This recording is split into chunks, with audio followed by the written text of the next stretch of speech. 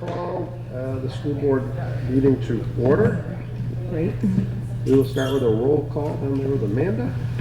Amanda Helock, Director of Student Services. Megan Reed, Principal, Sunapee Central Elementary School. Sean Moynihan, Principal, Southie Middle High School. John Lewis, Assistant Principal, Southie Middle High School. Taylor Goodspeed, Student Representative. Linda Tanner, School Board. Elise Lazat, School Board. Ed Anderson, School Board. Russ Holden, Superintendent. Kelly Wessels, Business Administrator. If we could stand for the Pledge of Allegiance. I pledge allegiance to the flag of the United States of America and to the republic for which it stands, one nation, under God, indivisible, with liberty and justice for all.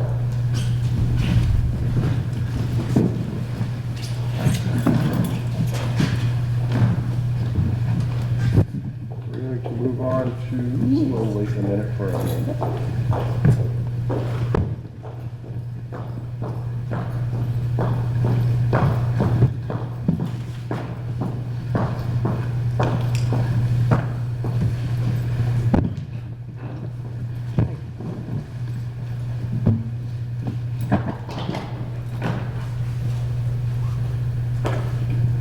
We will move on to the approval of school board meeting minutes, specifically the minutes on February 4th, 2026, school board meeting. Looking for a motion. I'll make a motion to approve February 4th School Board meeting minutes. And I'll second that. Anybody have any questions, corrections, concerns? Seeing none, all those in favor? Aye. The motion for the minutes of February 4th, 2026, non-public meeting.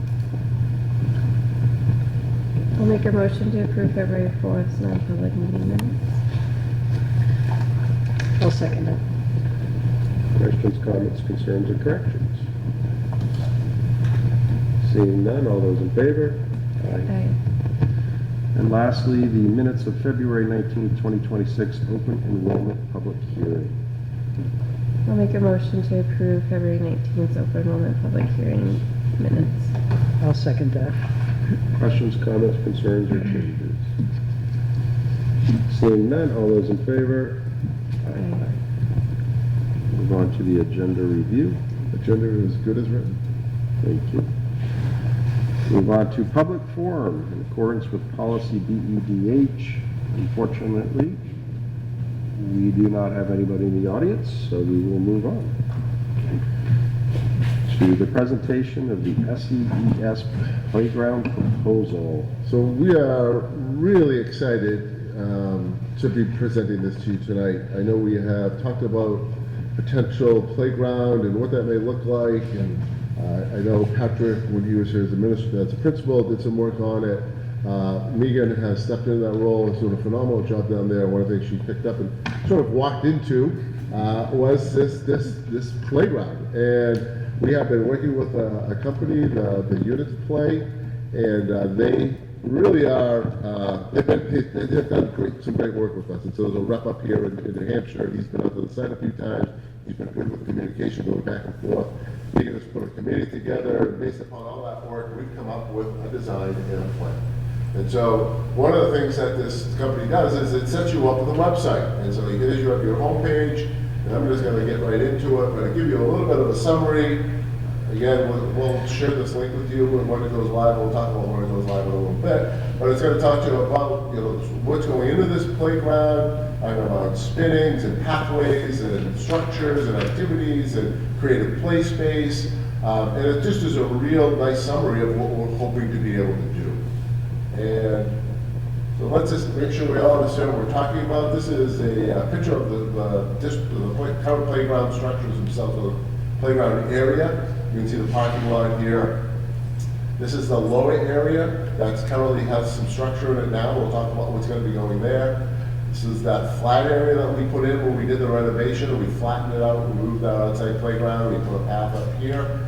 This is our current basketball court, our Gaga pit way over here in the shadow, and our the monument that's there. And so multiple phase sort of plan here, we think. And one of the first phases that we think we got the biggest bang of our buck is this large structure. So what this structure is, it's just multiple levels of sort of creative, engaging, starting at low levels, maybe to the higher levels, or climbing and leaping and jumping and running, and really just good for active, creative play. And in front here, we're going to reinstall the Gaga pit. We're not going to take the one that we have currently made out of wood. They have some different structures, and we're going to put that Gaga pit in there. And there's also going to be a spinner, and I think I can show you that in maybe a picture or two coming up here. Yeah. And so, again, this is not the giant hill that we have. That looks like it's the Grand Canyon. It's not that steep if you've been to the playground. But right here would be the spinner, and this is sort of a multi-sensory, be able to sit, lay, stand. This thing kind of spins around faster than I'm sure you won't feel good afterwards. Playgrounds out in this area here, Gaga pit, and then again all the structures. And one of the things we really looked at here was just to be able to build on a flatter surface. Right? And one of the things we have to keep in mind here is when our kids go to the playground, our kids go all across that field. And that's a pretty big field. And so supervision and being able to have line of sight on kids was really important to us. Again, this massive hill isn't quite that massive. So that's how we think what might be what we look at as sort of a phase one or part of phase one. And then this is another little look at it from a different design. Again, just lots of places to climb and swing and difficult ropes and weaving and manipulating your way through. And then Megan actually had a wonderful idea here and talking about creative space and giving kids a place to just go and imagine and play, and a little house here, a little tree, like a little tree house and things like that. And so we've incorporated some of that. And again, that's I think really a K through 6 thing, something for kids to do. It's probably a little more for primary, but I can see some of our older kids who are the 4th and 5th grade that like to come up here and just sort of chill out and maybe sit in a quieter little space. One of the things that was really, and this is another view of that, we'll talk about the walking path a little bit. Megan, I'm going to let you fill in a lot of gaps. It's not up here. Again, another little place. We're going to keep the basketball court. We're going to resurface the basketball court. Again, an interesting idea of doing, I'm going to call it graffiti, but just sort of modernizing the basketball court so it's not just the basketball court anymore, and putting a little bit more color in things in the 4 square and hopscotch, things like that. And one of the things we really pushed on were our swings. So kids love swings, and I think we all remember back in the day at the playground, as high as you can swing and jump off and not hopefully hurt yourself. This flat area that we created in the building project is going to be a perfect spot for swings because I forgot the measurements, but you need 30 feet on one side and 30 feet on the other side, and 8 feet over here and 8 feet over here. And so this allows for really a massive swing set to go in there and be utilized. And that's our spinner, a little bit different sort of picture of it, live picture of it. Again, some of our rope structures, play space, and this is what I wanted to do when I go back.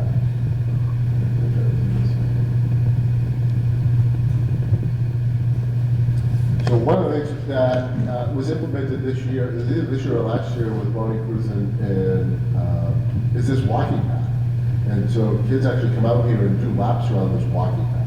We think that's a really neat thing to do. It also has helped with some of our more structured recess, I'll call, where we need to maybe help just structure recess a little more tightly for children. And so having a walking path would actually be a little more structured. Again, swing set in this area, that creative play. And one of the things that we really looked at that I've been hearing about, and I think I was the bad guy that said you can't do it anymore, was sled. And so our kids fear forever have liked the sled, and they always would sled down the hill right here, into the parking lot, and hopefully don't cross School Street. So what we're going to do, and we've talked to our facilities folks, is we're going to extend up in this area next to the monument. We're going to open up this fence and just cut into this hill a little bit and create a sledding hill where they actually now can come down and they have this whole area to decelerate and it's safer rather than going towards the parking lot.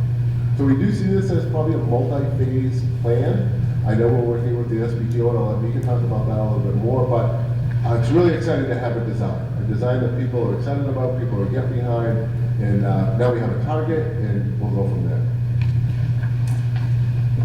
So this was an interesting project to walk into. I was under that impression we had a plan, we just need to raise money, and we needed to go back a few steps with the plan, which was great because it was a chance to really reevaluate. Everyone had had a little while to sit go back, take a look. And there were some really great points raised. So the green space on the top, do you mind if I just have a So, you know, we have all this great green space on the top of the hill, and the last plan was putting structures up here with the idea that if everything is on top of the hill, it is probably easier to supervise. But at the same time, what that was doing is we have no idea what's in here, and there are big pieces of ledge here and a rock here that's about 30 feet long, and it's pretty hard to imagine you were going to get to dig there and not hit and have major site costs. So the thought was, we know here structures go there and have been installed, so let's reinstall in an area that we already know ground-wise where we're at, and we can work around. And the students love that we play kickball up here, we play soccer, this is free, we play, green space wide open, it's flexible, we bring out soccer nets, we do all sorts of things. So it's preserving this green space where they're thinking about what they want to play and potentially reducing some of those site costs here. The swings were amazing because you have to have 15 feet in front of the swing, 15 feet behind the swing, and then side to side requirements. So it just became tricky to find where can you do that without taking away so much other area. So that's just some of the thinking. The basketball court right now runs this way, but a lot of students love to play Foursquare. It's a pretty fun game, I find. And so we're just switching and having basketball court run this way, so we have other games all going on continuously. And if you'd like to play basketball, you're not just stuck at one. So, happy with the design. We're also talking about putting a fence around the entire playground. Right now, that is an issue where, you know, we've got this parking lot here. We have a temporary fence to stop balls from going down so that kids aren't running into the parking lot, but it's not a contained area. And we would much prefer to have that, like, if you're on the playground, it's a contained area. We're gonna still keep the preschool playground over here. That was one of my So, questions. yeah. I was thinking about like the fencing component with that age group. Yeah. I think my child actually was one of the reasons why the fencing happened, but yeah, I was curious with the pre-K playground and how that, if they would be more integrated now or if they were still over there. It's worked out really well to have a space that is fully enclosed, and the location is great for the kids with a short distance to go, and then when parents are picking up, they pick up right off the playground. And that, right, 3-year-olds play is very different than 9-year-old play. And it's really nice that they have their own soft air, so. So Oakland Play's been great to work with. I also did like a site visit with Grantham to look at, they just did a big playground renovation. And they were very generous sharing information about their experience. And this company has been really great to work with. And so now we've got our design, and now we've got some folks who generously offered to look at our fundraising plan, but we're really hoping to kick things off. And big goal is just really trying to break ground like this summer. What's the service like? So that's a great question. So there are a couple pieces of this that, as you know, folks have offered to help fundraise, and I think our community certainly will be involved in helping us get to our goal, because these are not cheap playgrounds. One of the laws that came back, Linda, I think you're referring to, is it has to be ADA accessible. So structures that can be accessible to students. And so part of that is could be like a rubber membrane. If you think about a mat when you work in a kitchen that had holes in it, and you could just, well, we've been told those don't work all that well. They get full of chips and get a little wobbly and warm. And so really what we're thinking about is a structured path, a rubberized coated path that would be accessible to some of our structures. And so and thank you for bringing that up, because as much as the structures are going to cost us some money, there are some things that we own in this playground as a school district. So Megan talked about fencing. We talked about accessibility to structure. Those are things that a school district owns. So, you know, while we may get funding to put in the spinner and to redo the rope structure and put the swings in, some of those other things are still the responsibility of the school district. And so when we start looking at pricing and breaking some of that down, there certainly will be some things that will come our way that we're going to have to be held accountable for. Now, the good news is that in our capital reserve accounts over the last 3 years, we've been putting money away, and we have earmarked some of that money to go towards helping out with the playground. So the matting itself for the ADA accessible is probably one of the most expensive things that's part of this entire thing. So, are you planning on doing chips on the, So there would have to be chipped, and then the path, the rubberized membrane path goes on top of it. I would suggest that you look at some other surfaces, you know, rubberized surfaces, particularly under the places like the swings and places where kids can fall, rather than the chips. I think some people have had some problems with chips before. And I guess the other thing is, no slide. I thought, you know, So we thought so too. The tough part is that like those swings have requirements. yeah, the slides. Same with slides. Yeah. We don't have anywhere. It's out of the room. It would have to be a freestanding Oh, like slide, and then to get a height that's engaging Yeah. for the kids Okay. is tough Yeah. to do. I just So the pitch, you know, your rise over run, it would need to be a hill that is that size. And that isn't the size of our hill. Mm-hmm. But they So have- there's not enough space, like there's not But enough. then there's grade. erosion that happens. I used to work somewhere that had slides in a hill like that, and And it that's what we erodes, yeah, you get and it rid becomes a choking hazard. I was and then you have thinking, to close I was it. thinking more in that creative part where sometimes, I noticed you had a tunnel Yes. that had a little slide. to And it. at Grantham, they have these really neat slides that are built right into the Yeah, yeah, hill. yeah. Yeah, We don't have the right grade, like the rise over run doesn't work, Yeah. and the outcrop. So, fortunately, there's snow on our playground from November to well into March that they can slide on that upper part, but that was a disappointing aspect for us too.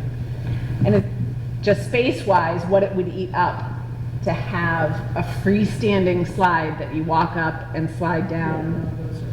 Those are kind of a thing in the past. The other thing I would suggest maybe is that track or that walkway around, you could make it a fitness path where the stations along, you know, I've seen several folks where they have stations along, there's stop and they have a place where you can do sit-ups or, you Yeah. know, different things along the path, so.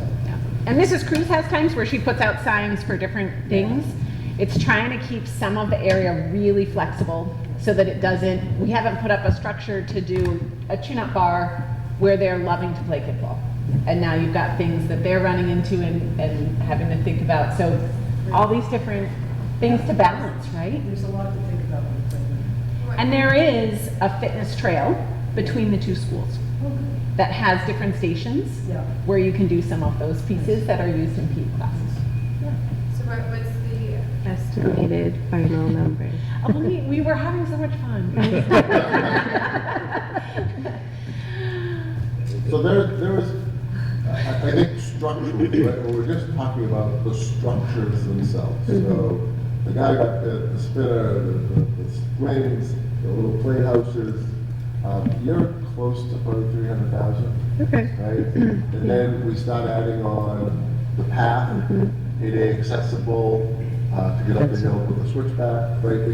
It certainly builds to that price, which is why I mentioned that. Yeah, building the playground is one thing, but again, this is on we're responsible as a school district to ensure that we're following the law of accessibility to structures. We're supposed to make sure that our kids don't run down School Street chasing a kickball by putting a fence around our playground. You know, if we're gonna go sledding, we're gonna do it in a place where it's safe and convenient, where we can cut into a hill and let kids sled.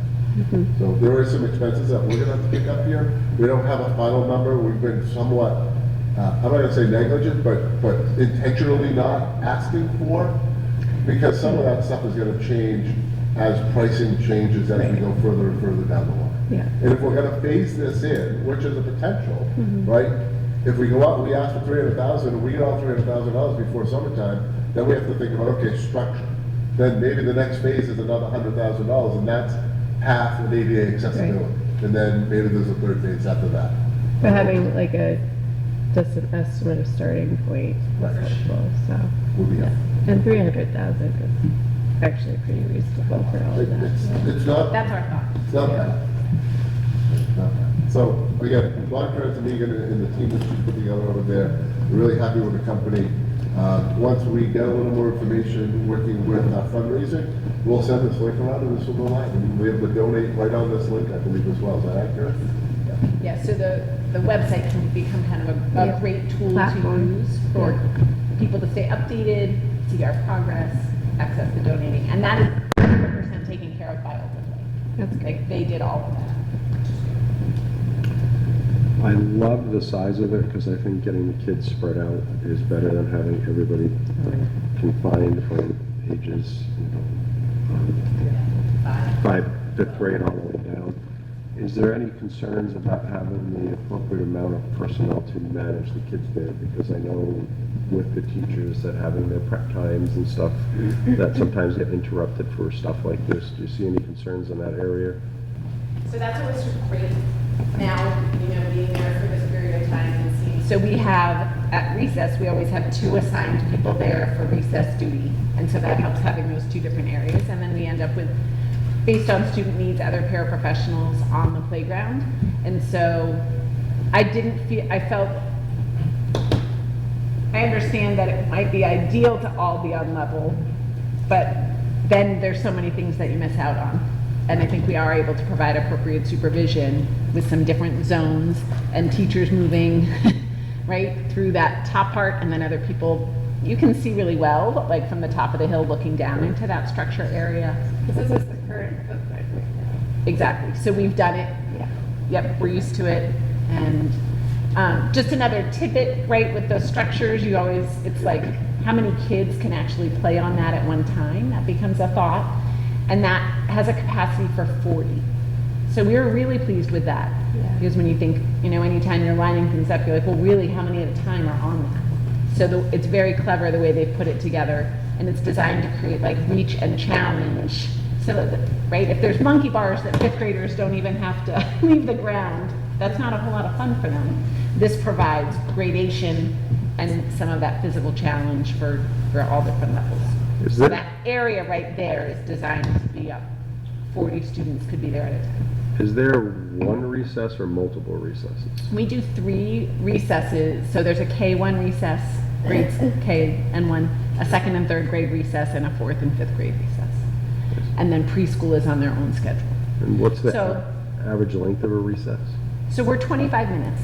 So students have lunch and then they go outside for 25 minutes. And then in the morning, students are on the playground starting at 7:35 or so. So some kids have another 25 minutes out there in the morning. I think the other thing, I remember the conversations at the beginning of this whole project was the thought of what it would look like with a couple feet of snow. Yes. And it looks like you could still utilize the playground. Yes. Not maybe all of the components when, the playground's under snow for a good chunk of the school year, so. That was the concern too with the structures at the top, and if they get, now you don't, it's interrupted space that's not really well used, so. Right. Yeah. Yeah. And it just as a side note, like, it's tough up there with the snow because it gets all the footprints in it, then it gets really hard. It's like you're on the surface of the moon almost, and when you're 5 and there's all these big divots, and Yeah. it's tricky. Like, things I just had never really thought of either. I've seen a They lot get really of, clever and creative, and it's amazing what they think of for games and things to do. I've seen a lot of houses now around the lake with heated driveways. Ever thought about a heated playground? That would probably be $600,000. Oh, more than that. Very exciting. Any other questions? No, that's great, that's great. Thank you for your hard work with that. It's great news. For when, like, we're in the dark phase of winter, or for kids that want to play later after school. So there's lights out on the parking lot, and there's one light on that pole at the bottom of the access path that's there now. None of that stuff. So, and it's not like a security light or something, No, because typically, people that walk that way, although we've had a couple incidents, typically we can pick them up if they're coming up the road on camera, it's when they come into the Oh, road, okay. stuff like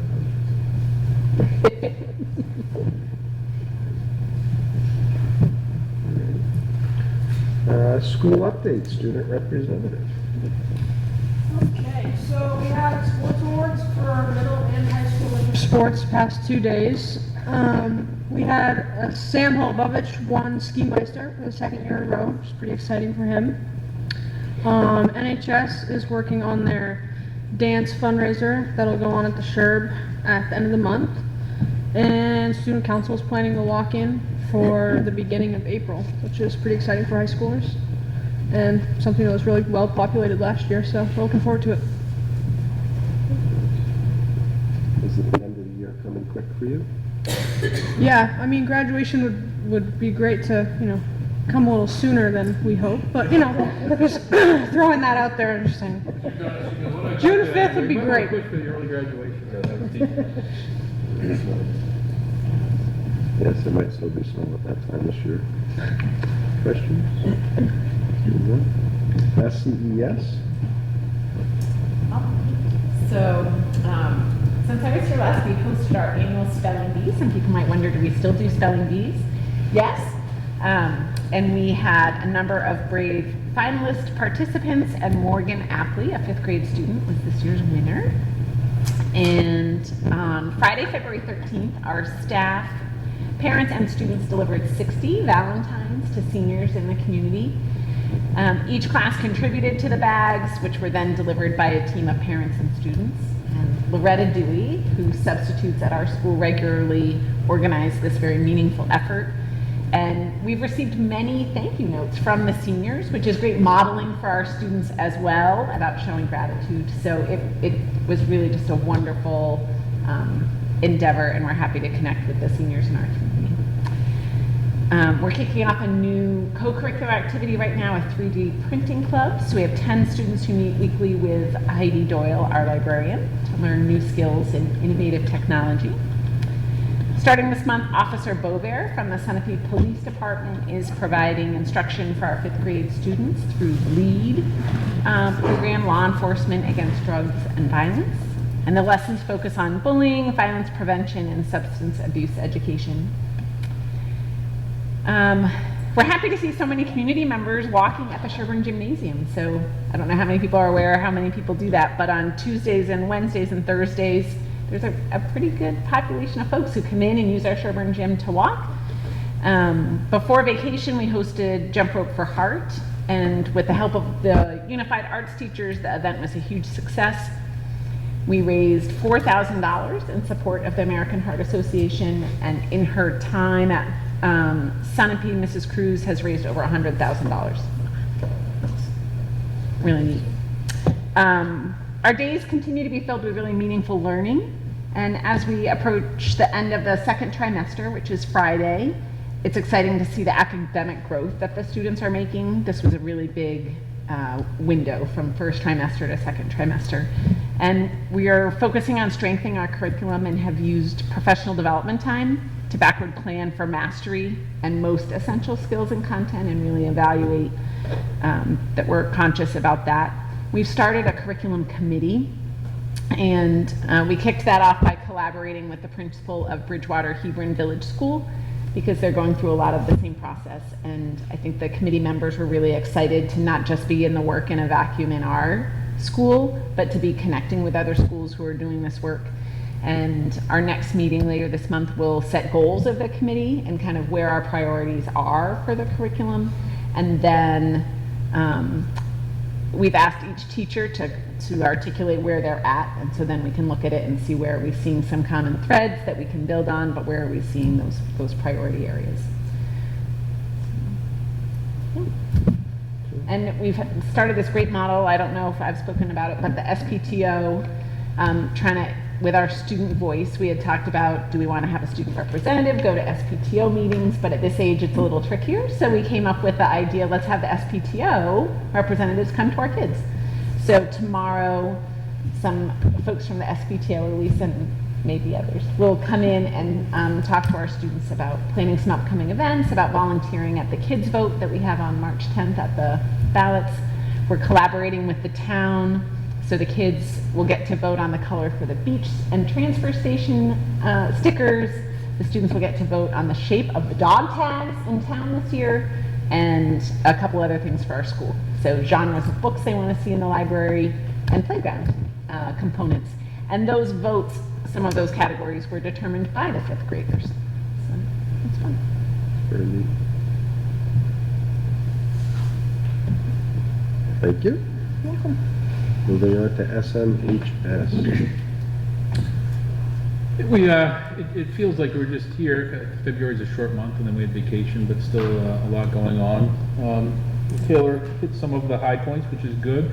We still continue to see, we're kind of the busy college acceptance period, so students are still receiving those. That'll pretty much wrap up for the most part in March. One of the healthy things I've seen from the kids, and I would say the last 5 or 6 years more so, I think that 20 years ago, kids would get into college and just be like, oh, that's a college I like, and would go. And I think even though it's sometimes disappointing for them, there's a lot more discussion now on what the financial piece of that looks like. And so there's choices to be made, and some of those are hard, but I think while it's difficult, it's good to hear the kids having those discussions where years ago it would be like, I got into my top school. They didn't really care how much it cost, and just kind of like, I'll pay that later, and later comes though. So we have a lot of that. So I think that's really good. I think a lot of that is some of the discussions that are done in economics class and financial literacy as well. So those are good things. But is this typical? We have students getting into a lot of schools that fit them quite well, and happy for them. We're going to start scheduling this month. We had a good principals roundtable where we kind of talked about some of the scheduling shifts that would be made. We talked about them here a little bit. We'll put them in place and see how that goes. And then we're going to change the sequence for some of our social studies class, particularly in the sophomore year, because of the state requirement that we have to have essentially a year and a half of government and state government. So we're going to move that to sophomore year. So we had a long principals roundtable meeting. It was the whole time. We still had stuff to discuss. We also went through the student handbook and the athletic handbook and the program of studies, some of the discussion. I think that's on our next meeting agenda. So students will schedule coming up later this month in early April. We also have spelling bee champion Gavin Mayhew, one at the middle high school. Gavin's an 8th grader. And then Long's-time Renaissance Fair will be happening later this month. So again, lots going on. We had Miss Watkins and Mr. Lelos actually did the on-road trip for February, or for second quarter, and they went to Arrowhead. And again, as is often the case, it's a lot of work, but the Arrowhead people were like, your kids were awesome, they were great, they really had a good time. And we see with the lock-in, that our kids, if you provide them opportunities to do things school-related, they really take advantage of them. So that's where we are right now. I think it's really good. We talked about it last time too. Ed and I had meet the candidates 2 weeks ago or last week, and that was one of the questions from the community was, how do we meet all the different needs of all of our different students? And we both felt like we were speaking for you, say with confidence, like they do. They really work hard on it. They meet with you. They talk to you. They're trying to figure out what's the best path. And I think I'm surprised that we do as many things as we do. So thank you for continuing to do that. I think people were really excited to hear that all that's out there. Newport's a wonderful resource for our students to manage. So thanks again. I know it's a crazy time of year.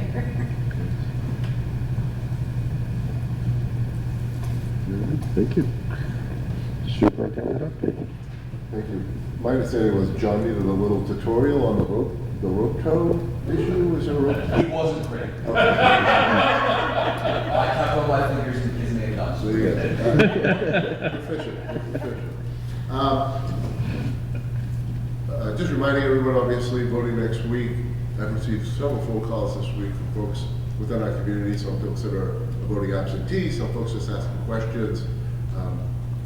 As I said before, folks, the best way we can educate the people that we know who are going to be showing up to the polls is just either knocking on the door, sending them an email, and I just direct everybody back to our website. So you go to our website, you go to school board, you go to budget information, and in there are just so many great short videos, whether it's open enrollment, it's proficiency, it's revenues, it's tax base, it's facilities, it's tech ed, there's so many different components that really outline in short little videos what those things are that you're going to be voting on the 10th. And I just keep directing people there. And so one of the big ones obviously is open enrollment. The good news on open enrollment as it looks right now, as some of I talked about at the public hearing, It is being pushed to Committee of Congress along with the consolidation and a couple other things that go into this Committee of Congress, which basically means it's gonna be studied for a year, right? So it'll just kind of lay out, they'll put groups of people together, they'll look at this thing, they'll come up with some recommendations, it'll go back to the legislator. The legislator will take either these recommendations or just kind of do what they want with it. But at least it puts a pause on it for a year, and hopefully gets a lot more people at the table with some knowledge, gaining input, and gaining insights on how, if we're gonna do this thing called open enrollment, how we can do it equally and equitably across the state of New Hampshire. And also the consolidation of one on SAUs. The legislation continues to move regarding funding and who can tell who what to fund and when to fund it, to do we now start to pull people out of what's part of a adequate education? Do we need a nurse? Does a nurse need to be there? Does a phys ed teacher need to be there? Does an art teacher need to be there? And part of that is if we can pull people out what's required, then I don't have to pay for it. And it's kind of a bait and switch. Oh, we don't need a nurse. Well, I think I sat in this gym pre-COVID, talked about trying to combine nurses, and that didn't go over well for me, I can tell you that right now. And so schools need nurses, and we certainly have exemplified that. We have two great nurses on site. But imagine now you don't have to have a nurse. So who is in your building that is able to handle some of the situations? And folks will tell you, every school has situations that at times can be very scary, and not having a medical person there certainly can be detrimental. So I'll continue to watch the legislation, but back to the original point, just make sure you pick up the phone and you call your neighbor, you go out the door and help them shovel their driveway, but just remind them to vote, and if they have questions on what it is they're voting on, please go to our website, sau85.org, and check out under school board budget information and just watch those short videos. And if you have further questions, please don't hesitate to reach out to me either at the SA. Outside of that, I'm good to go. It's very interesting you bring up the nurse, because as I sit here with all of us tonight going over our school and I'm looking at empty seats in the audience, it's really a specific item that seems to draw people out. And it makes me wonder if we're not doing actually an excellent job, because as I'm constantly looking at empty seats, there's nobody here, but you look at combining one nurse between two schools, and there's 50 people in here to explain their frustrations or concerns and voice. Where they had a voice, we listened, and their voice counted with how it ended up. But again, I sit here tonight looking at an audience of 0 in our audience with an open mic. So I think it speaks to you as a board and your transparency of really welcoming people to come and listen and not cutting them off and hearing, and then us reacting and responding as appropriate, because people do have a voice, right? I mean, you're elected officials. You folks have hired me, I've hired these people around us, and we're here to do a task, and I think we take that task very seriously. But at the same time, we want to make sure that we're representing the people in this community and what it is they want and what it is they have. It's just important. thank you. School board topics coming up for, looks like in April, adjustment counselor and guidance, in June, strategic plan update. Yep. Anybody else have anything they'd like to add to that? All right. Action items, looking for a motion to approve the proposed 2026 graduation date. So we're gonna pause on the approvals just a little bit longer. We were hoping tonight that we would be able to put a date of June 5th in front of you. And we would like to be able to hold the June 5th date. And Friday morning, it's supposed to snow to 6:30, and who knows, right? We got a snowstorm last night. If we don't get another snowstorm, we don't have to call off school, we feel like we can stay on June 5th. But if we call off school for another snow day, and we can go remote, that wouldn't count, but just call off school on a snow day, that we would have to move it to June 12th. So we're kind of just weighing it out. I know Sean's done a great job, and I know Taylor's over there gonna throw stuff at me in a minute. And I know we want it on the 5th. I like to get out here on the 5th. Well, they're very happy right now. Right now, because we have it. If we get it passed today, they know today's pass date is June 12th. Like if we're forced to do it today, we'd have to do June 12th, so. So we're gonna give it a little time. We get it in April, we give you a ballpark. We just don't know. Part of that is the state came out last year, was very clear about when seniors are allowed to graduate, before school time. And we have to make sure that we're following that RSA and that we're not allowing them out too early or too late, obviously, but too early. And I know Sean has a great plan with the seniors that to get on the 5th without any more snow days, we're gonna be creative. The kids are gonna do some senior class trips on a Saturday. Excuse me, we're gonna count down, count senior project night. So all that works for us. We just can't have a snowstorm. It's really what it comes down to. So one more snow day would push it out a week? Well, Yes, you do it on a what we've Friday. done is been able to sort of back up 4 days. So Oh, I Sean and I have see. been able to look at the schedule, Yeah. look at when seniors are gonna be in school and at counting as a day. Yeah. We can take 4 days there. Okay, If I get one more day on a 5th day, I can't then back that up and I gotta go. yeah, because graduation day isn't the last day of school for seniors, is it?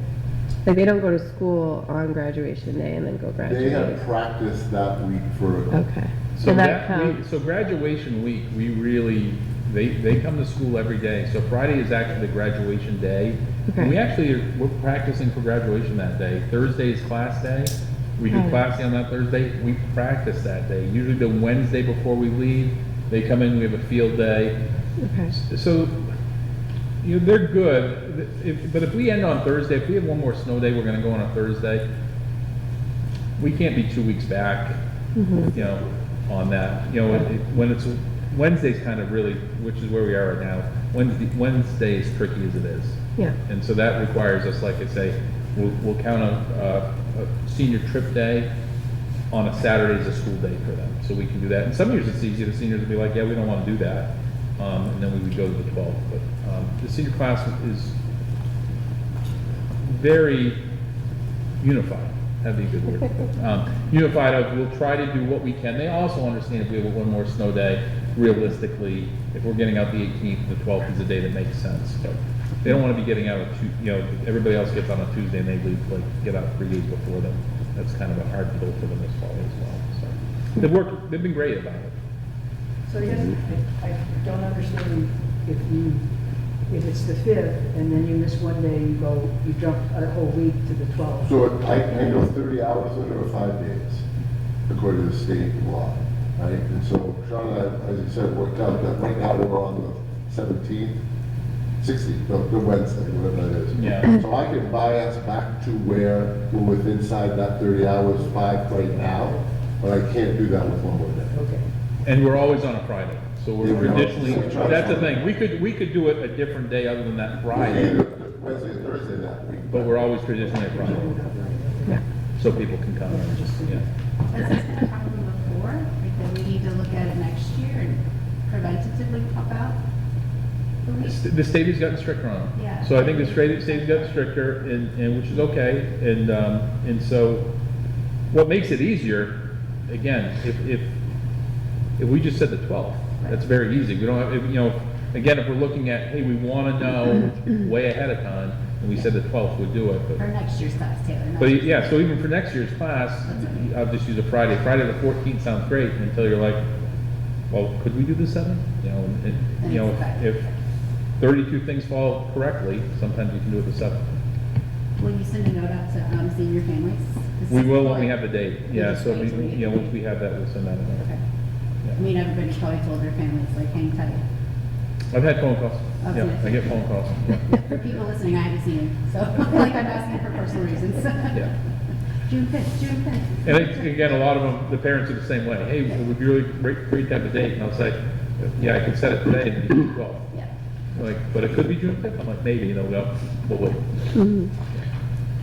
So I'm looking at tabling this for now till next meeting? Yes, please. All right, we'll table that. Looking for a motion to approve the memorandum of understanding between the Sunapee School District and Sunapee Cemetery Commission. Make a motion to approve the MOU between Sunapee School District and the Sunapee Cemetery Commission. Thank you. So, CMAGRAPH has been in communication with me for the last about a year or so. He's on the cemetery committee. I put it up here on the board so you can see it. So you may all know there's a cemetery right here, which is really, it's on town property, but to access that, there is an easement that goes up next to this gentleman's house here. Really, the easiest way to access that is coming through the school parking lot. And so what this memorandum of understanding does is it allows for them to give us notice so that we can ensure that we can move some cars out of this way if there happen to be a ceremony during the day. Now, Sean, you've been here, I think, on Beacon, you've both been here longer than I don't think there's ever been a burial during the school day. Right? Not that I can Not that recall. we're aware of. Probably wouldn't happen, but this does disallow that. If there's a need to access that cemetery for, you know, a burial or some other reason, that they have access to that.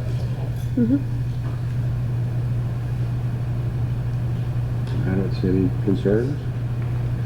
All those in favor? Aye. And a motion to approve the proposed spring Appendix E positions. I'll make a motion to approve the proposed spring Appendix E positions. Questions, comments, or concerns? You, just one update there, the middle school track coach Dale DeBrois is not unable to perform that, so he will be taken off that list. So that's vacant currently. That is- Are all the track meets off campus? Yeah. And do you practice at all? Like in We do. this area? Yep, so we practice down at Sherwood Gym. We actually have a rubber membrane for sprinters to practice on, and hurdlers and long jumpers. They had thrown some javelin into the field down there in Tropic. And we also go to Newport at Paramount, so we work with Newport. We'll go to Newport, right? All those in favor? Aye. Okay. Information items. Just real quickly, all the 20 policies, IKF, I believe, just informing you that these are standing field trips that will be happening this year. Of course, Sean's favorite trip to Gettysburg, which he does masterful at outdoor classroom for our middle schoolers, which is down the Cape Cod, and then exploring the outdoor field trip, which happens during our middle school spring electives, I believe. And so those are all in your packet, and I'm just informing you that those field trips will continue to take place this year. I'm sorry. Gettysburg, outdoor classroom, Cape Cod trip, baseball, softball. Thanks for correcting me. We have another new open enrollment public hearing in March 10th, 2026 is voting day. So just to get over enrollment, just let the public hear really well, great participation with the audience and really good questions. Again, keep people go to the website, check out the video, and then hopefully everybody comes out and votes on the 10th. Looking for a motion to approve the manifest as stated. Can I just say one thing about the open enrollment? Whether the library actually has like a listing of the videos, or runs the video over there, or actually at the table maybe has a list, so that I noticed some other groups were doing that at the library. I saw, and Liz, thank you for sharing that with me. I think by the time I got to that on this weekend, like, we're something in the future for sure. Yeah. I know when we used to do building projects, they were very helpful with putting stuff up for us. I think connected, I know we got project 7 on board on that. I know actually the concerns on the taxpayers page, I believe posted our video there as well. Yeah, and are we doing anything at voting day, handouts on the open enrollment or anything? We have not, we've only done that on building projects, as to be careful not to be election years. Versus, yeah, right.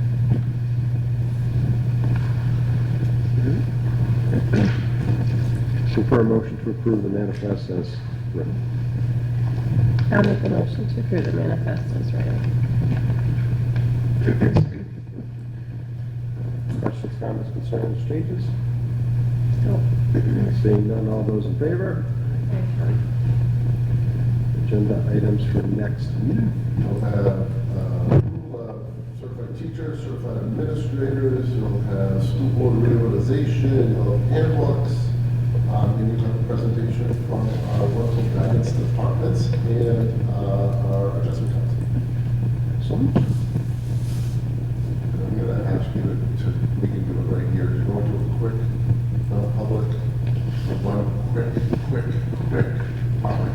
I'd like to look for a motion to go into non-public energy, RSA 91A, semicolon 3. All those in favor, by roll call.